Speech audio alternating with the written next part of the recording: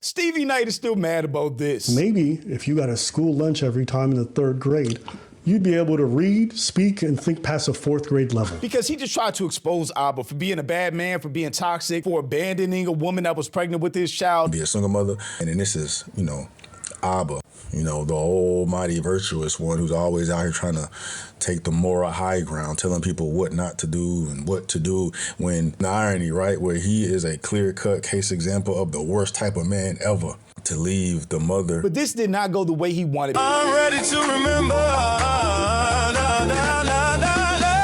She comes out with this video. Didn't know what was happening, so it was a little blindside. I woke up at 4 p.m. in the afternoon, and you guys are getting this all raw, live, unfiltered, the same way she got it raw, and that's why we're here, okay?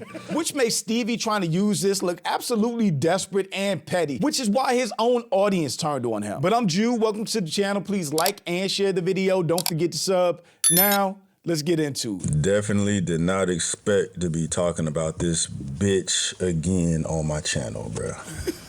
From y'all know, it's well documented that I don't fuck with Abba. Dog, he is still mad about short bus Stevie.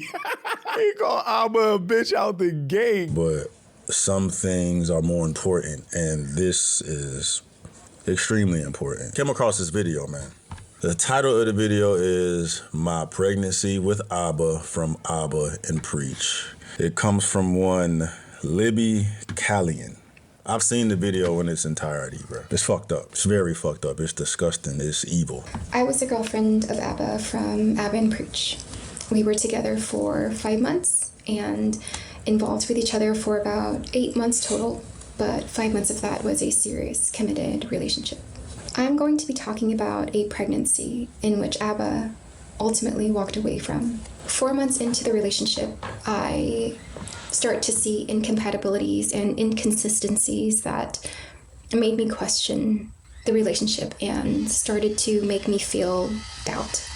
Ironically, as I started to feel those doubts, I found out I was pregnant. I told Abba about the pregnancy, and he was actually very supportive. He was very excited. He always talked about how much he wanted children, and he said he was sure about the pregnancy, and he said that he was always very sure about me. To sum up what she said so far, they were dealing with each other for 8 months. They were in a relationship for 5 months. She found out she was pregnant, and Abba was legit happy. He wanted to keep it, and he wanted to be with her. He said he was sure about her and keeping the baby. None of this paints Abba in a bad light so far. I talked to Abba, and I said maybe an abortion is something we should do, even if that isn't what I wanted at all. And Abba was not happy with it.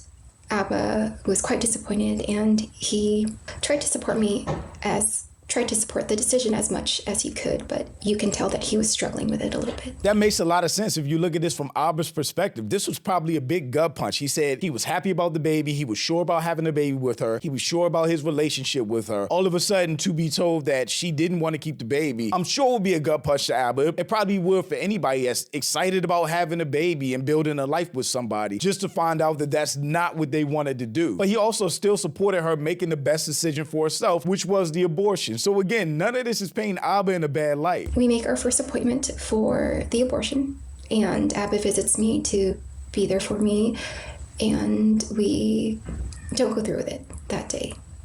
And when he leaves, I make another appointment, and I cancel that one. And I think in total, I canceled 3 abortion appointments. I get indecisiveness, a lot of stuff being wrapped up in emotion, but this is kind of like a yo-yo at this point. You can understand how frustrating it would be to be the person on the other side dealing with this. From what she's saying, this first few minutes would be a super frustrating, aggravating, disappointing, depressing experience to have to go through. I visit Abba in Montreal, and we get into our biggest fight. Abba resorts to name-calling and degrading language and resorts to ridicule and mocking. Because everybody's going to argue. Married couples argue, people with kids argue, but the argument or disagreement should stay about the subject, should stay with whatever the argument is, stay as respectful as possible without name calling, getting cussed out, threats. I realized that I always wanted to keep the child, and it was the relationship that needed to be looked at. And so I cancel that last appointment, and I call Abba. So at this point, she's what, set up and canceled 4 or 5 abortions? That's crazy. And I tell him, I'm so sorry for the back and forth, but it was never in my values to terminate The pregnancy, I think I'm anxious about us. And I think it's better if we co-parent. So Abba's really upset.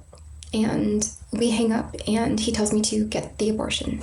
I will keep you updated. I will consider what you said over the phone about having the abortion. And he blocks me for an entire day. I said, hey, I need to talk to you about the baby. I'm still blocked. And I tell my cousin to unblock. I understand that she's going through something with all this indecision and not knowing what to do. But imagine what Abba's going through as well. Imagine what a man is going through on the other side of all this indecision, back and forth, playing games, wanting to communicate, not make a decision, reverse on the decision. This will be a super frustrating experience for anybody to deal with. Message him to unblock me. And he says, hey, I unblocked you for a second to say stop contacting me. Regardless of what you choose, I will never decide to keep in contact with you. You're not my responsibility. Now don't reach out to me again. Now that message seems a little cold because it says no matter what you choose. I would expect that if she did choose to keep the baby, which would still be annoying again in the process of all of this, that a man should want to have a relationship with his child after that, no matter what the relationship with the mother is. But it's hard to tell if that's what he meant or didn't mean just through these messages where they're basically arguing via text. I am so exhausted at this point on how Abba handles conflict. How he handles conflict. I think he was there and trying to handle everything as best as possible. And it's hard to put blame on Abba for being over it when it feels like she's just playing games or manipulating this whole situation, really. But I pretend to send a screenshot of Abba's message saying that he doesn't want to be a part of this anymore. I pretend to send it to Myron Gaines. This past the point of being indecisive, emotional, and doing the emotional yo-yo. This is straight up vindictiveness and manipulation now. You mean to tell me you threatened or told him you reached out to Myron, his arch nemesis of all people, about this situation? How does that benefit or improve anything? Especially if you're carrying his baby. That is just weirdo behavior. But again, I never did it. And I also messaged the Abin Preach page. Oh, so she's just being messy now. And he just responds, hey, blackmailer, stop reaching out. And Abba gets very upset. You made 9 accounts harassing me and blackmailing. So he's talking about my cousin reaching out and sending him messages, and it seems like she didn't mention that part. She went over that really quickly. He said she created 9 accounts. She said her cousin has been reaching out. So it's clearly communication going on that she's not mentioning here. I now have to make a decision. And I have to make a decision based off what the reality is. The reality is that Abba completely left me for dead. And Abba walked out on the pregnancy, and he is now absent from this entire thing. He was there for the pregnancy. He was happy about the pregnancy. He was happy about the baby and the relationship. She changed her mind about all that. He still supported her throughout that change, went with her to the abortion clinic to get an abortion. She then changed her mind about it and then changed her mind 5 more times. And he was honest about where he stood with it. He didn't just ghost her. He told her he didn't want anything to do with it, whether you agree with that or not. It was a very painful decision, but I ended up having the abortion. So a week after the abortion, I hear from him on Instagram. And this is what he says. He says, for me to plan things, I need clarity on a few things, whether you intend to continue the pregnancy and what level of involvement you foresee from me. I should be clear that I still have no plans to co-parent. I don't want to do so. You want money? Do you need an apology? What do you want to get your win? Bro, the gaslighting is crazy. Bro, the gaslighting is crazy. That's diabolical. I'm going to keep it a bean. I was going to wait to the end to give my 2 cents on this, bro, but I didn't read the messages in there entirely. Clearly his hatred for Abba is muddy in this situation for him. I don't think Abba gaslit her at all. And he's basically asking her what she needs to get out of his life. I don't view that as gaslighting personally. Again, we're only hearing her part of the situation, but I think Stevie is reading this wrong. Just reading it. I don't understand why you're going to such great lengths to undermine me and tell folks bad things and then want to co-parent. Bro, she doesn't want to kill the baby. To gaslight her, make it seem like that wasn't Abba's issue. He fully supported her keeping the baby at first. He fully supported her getting an abortion at first. And then she changed her mind 5 or 6 times. Their relationship deteriorated and he was just over it after that. I don't know why Stevie is framing it this way. These people online are not at all who they portray themselves to be. The majority of them are not.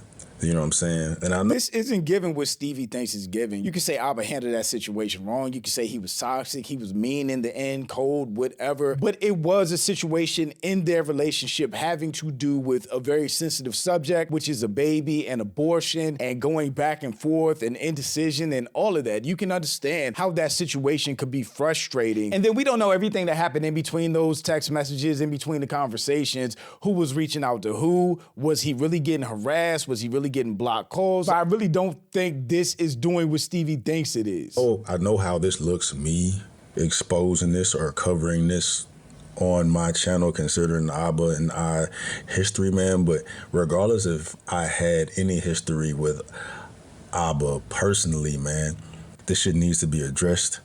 People need to be aware of this. People need to know about this shit, man. Right? Regardless of it just being her side of the story, because I understand there's three sides to a story. There's her side, there's his side, and there's the truth. But what y'all cannot debate are these text messages, unless you're going to have these conspiracy theorists out here saying, oh, she doctored the messages. Man, come on now. This woman ain't doctored nothing, bro. I mean, I've had back and forth with Abba. That was fucking Abba, right? And then to see messages when bro was saying, I don't want to have anything to do with the baby. He can say, I don't want to have anything to do with her if you ain't fucking with her, man. But at the end of the day, he planted the seed in her, got her pregnant. And from her side of the story, she wanted to end things, and if she ended things, that means he's not going to be present as a father. Y'all read the comments, bro. Don't call me. I don't want to have anything to do with it. One, I agree with Steve. If you bring a baby in this world, you should play an active role as a father. You should do whatever you can to make sure that the baby is loved, to make sure that the child is raised correctly, and you are in their life. He was in full support when she wanted to get the abortion because he went with her, but then she kept changing her mind and going back and forth. And it seems like kind of manipulating the situation or playing games until he got to a point where he just didn't want to deal with any of it anymore. Be a single mother, and then this is, Abba, the almighty virtuous one who's always out here trying to take the moral high ground, telling people what not to do and what to do, when the irony, right, where he is a clear-cut case example of the worst type of man ever, to leave an expecting mother high and dry because she don't want to be with you, or regardless of whatever the case may be, man, because, there may be a whole different side of why they didn't work. But it was clear in the messages. But what was clear in the messages, he said, you don't want to be with me, so I'm not going to be a father. It's not what he said. That baby, bro. What type of fucking man is that? It's not a man. That's not a man, right? I will be a hypocrite for not covering this on my fucking channel and with everything that we cover here, telling people how to be a man, how to be responsible, how to be moral. Yeah, but this isn't about any of that. He got dirt on Abba, who clowned him for months last year, and now he's finally able to get some get back. That's what this is about, not any of the moral high ground stuff that Stevie is acting like it is. And to drag the mother of your child like this, you gotta be an evil, sadistic motherfucker out here to just cut her off like that. Any man out here, for that matter, has the ability to just say, if you had that baby, I'm not fucking with you. The man that impregnated you is moving that way, considering who Abba is and how he portrays himself to be. Before I was even able to edit my video, Abba streamed addressing this situation. I'm ready to remember. Dude, it's so unserious. She comes out with this video. Didn't know what was happening, so it was a little blindside. I woke up at 4 p.m. in the afternoon, and you guys are getting this all raw, live, unfiltered, the same way she got it raw, and that's why we're here, okay? I'm pro-choice, you guys know that, but at the same time, I tell myself, if it's my child and it feels right and we're in a union, then I'm more than willing, even if it's unexpected, to assume my responsibilities and do what I gotta do. So 2.5 years ago, I went to the doctor, and essentially, I won't get into the long gist of the conversation because it's none of your fucking business, but the doctor kind of told me hey, listen, your sperm count's mad low. I don't think you have kids. So in my head, I'm like, shit, I didn't get a vasectomy. That's kind of good news, but I wanted kids. Maybe, I didn't know, but part of me was like, maybe I won't. So I meet this girl. We hit it off, relationship's going great. And it turns out I wasn't shooting blanks. Big surprise to the both of us. So she gets pregnant. And we had a conversation about it. And initially, she's like, okay, we'll do this. And this is the only time that she ever told me she wanted to have a kid. And when she told me that, I said, okay. I wasn't expecting this, but if this is where it's turning, then I'm going to assume my responsibilities. But yeah, let's do this. So this happens, might have been November, October, I don't know. But at this point, my life changes a little bit at that point because I'm in my head now focused on dealing with what's in front of me. I have a huge responsibility, so I'm shifting all things in my life to assume that responsibility. That is what it is. I told her how I felt. I told her why I wanted to go forward with it. She felt differently, and she would waver. And all I could do is be respectful and be supportive. And one time she said dead set on having an abortion, even though I was against it. And I flew down to be with her, not to convince her not to have the abortion, but to be there for her through it. Which is exactly what she said. This is a conversation that me and her had months later after most of this happened, okay? Continued going on. And I had, yeah. So they both was recording phone calls. They ain't trust each other at all by this point. I knew you know that, like, you're saying, like, you knew what I was I explained, like, the debilitating decision making, like I was doing every day. I was going back and forth every day. I was just trying to figure out what to do, and I regret the way I handled it. And I feel like the first few weeks, I was like thinking about you first. I feel like I was like in a triangle of like, okay, if I don't have the baby, then things can continue going on with Abba, but if I have the baby, then it's just like all this pressure with someone. I understand that's what you thought in your head, but like I think the frustrating part for me is I literally flew down to be there for you for the abortion. I don't know how things were going to go afterwards, but like I would have supported you regardless. If I don't have the baby, things can still move forward because it's like we can still figure out if we're compatible. We can still figure all that out. And yeah, if I don't think if the pregnancy happened, I don't think any of this would have happened. That goes against what she said, where she ended things with him because she wasn't compatible and didn't want to move forward, and he got mad at her. That goes against what she said initially. But I would never force you into parenthood before you're ready, and I always told you that. So what I'm saying there is because she didn't want to have the kid, and I was saying I did, right? I told her, though, like, I'm not going to sit here and convince you to be a parent. I think that's weird. So I told her what I felt, and then I stopped. I stopped trying to convince her to keep the kid. She didn't want to keep it. So, I just accepted it and tried to be supportive, but I was in this really weird position. And the night before the abortion, she was talking to me. She was like, we can have more kids in the future. And I'm like, right before you're going to go end this, that's what you want to comfort me with? So I'm like, just stop. I wake up in the morning, and she canceled the abortion. So this is like the 9th time already that she's changed her mind between having it or not having it. And I can't stress this to you guys enough, how fucking debilitating and mentally breaking it is to have to deal with somebody changing their mind. Now, I'm sympathetic because I can imagine it's a stressful situation. You're deciding your future, you're hormonal. I'm being as patient as I can be throughout the whole process. I'm not saying nothing because I don't know what it's like to carry a kid. But to be honest with you, it was tough on me. And I think we just didn't handle it the best. And you guys are seeing it unfold publicly. And I think it's stupid that it's happening this way. That was also my question. What was her motivation for exposing all of this and putting this out and making video 1, video 2, reaching out to people directly, reaching out to other influencers to try to get this video out, to try to get it to go viral? What was her point in all of that, either other than clout or to make him look bad? And this is the one that I think I'm probably most accountable for. Abba engaged in fights that she started when he should have walked away. Now, I'm talking third person because I wrote that in my notes, but that's what I did, okay? There were some arguments that we had that she would... I'm be honest with y'all, look through the thread. I could post these if she fucking want to go there. But she would initiate these things, and she'd have a habit of like pushing this button. And I was like, yo, you tripping. And then she would push it, and then I would retaliate, and then she would go, I would never. How could you say that? And I can't tell y'all how much that shit is triggering, but to be involved with somebody you can't walk away from, and they push your fucking buttons, and then you say something, and they act like they never did nothing. Anybody that's ever been in a relationship that's gotten in an argument, you know how that goes. You know the buttons to press on your partner, what's going to trigger them, what's going to piss them off, what's going to hurt their feelings. And depending on how an argument goes, you can do those things. I still think the best way to handle arguments is to stay on topic, get through whatever you got to get through. Don't make it personal. Don't make personal attacks, and keep it moving. But sometimes it just goes the other way. We are trying to work things out. She's canceled abortion. She's changing her mind every night. And that would be frustrating. I'm trying to smooth things out, make things comfortable. During this time, it's difficult. But all I ask her is like, I will work through anything with you.